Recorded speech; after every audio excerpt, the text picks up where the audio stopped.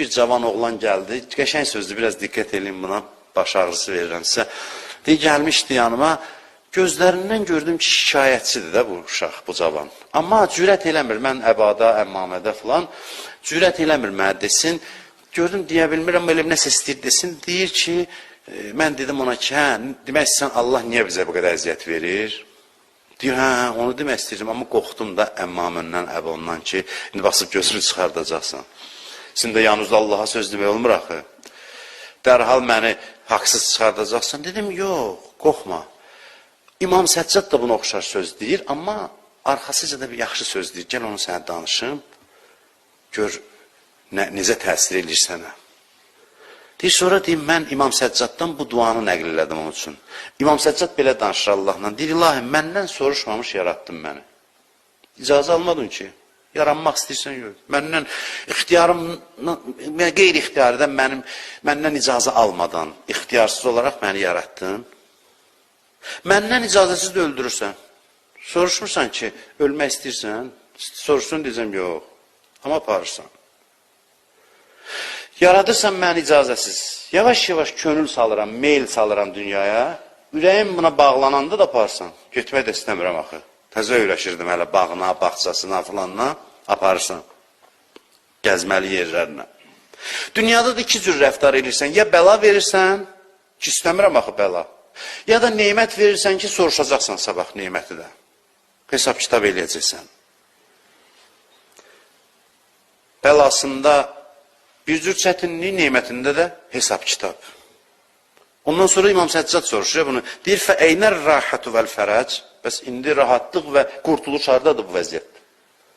Bir halda ki, belə bir yerdəyəm mən. Haradadır? Necə xilas olum? Cavan da deyib, baxır mənə ki, İmam Səccad belə sözlərdə danışıb. Deyirəm, hə.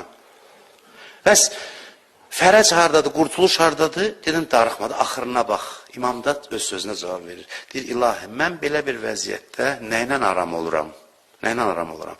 Sənin mehribanlığı və kərəmi yad eləyirəm, qəlbim aram olur. Mən bir şey bilirəm ki, sən çox-çox mehribansan. Sən mənə pislik eləməzsən, sən mənə əziyyət verməzsən. Sənin mehribanlığı ki, o qədər başa düşürəm, mən mehribanlığından aram oluram. Mənim yeganə əyləncəm sən olursan belə bir reallıqda. Reallıq budur da, burada əylənməli bir şey yoxdur.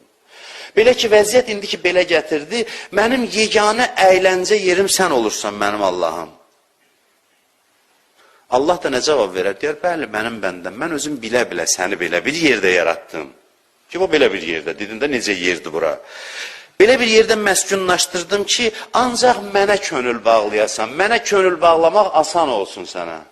Deyəsən ki, bunun nəyinə könül bağlayayım? Fikir verin fəlsəfəyə.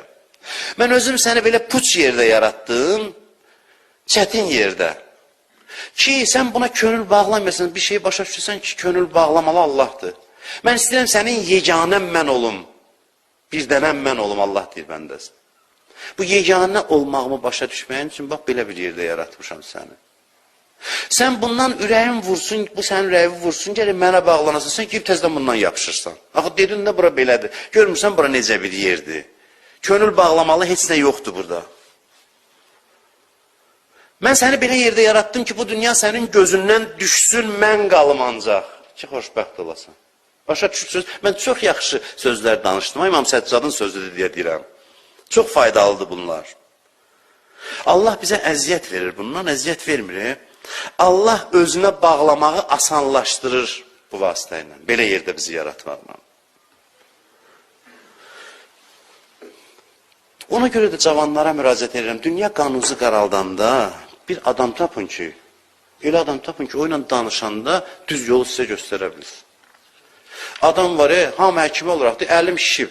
Ona deysən, birdən o şeydən olar, o xəstəlikdən. Biri filan deyir, hərə professor olurdu onda.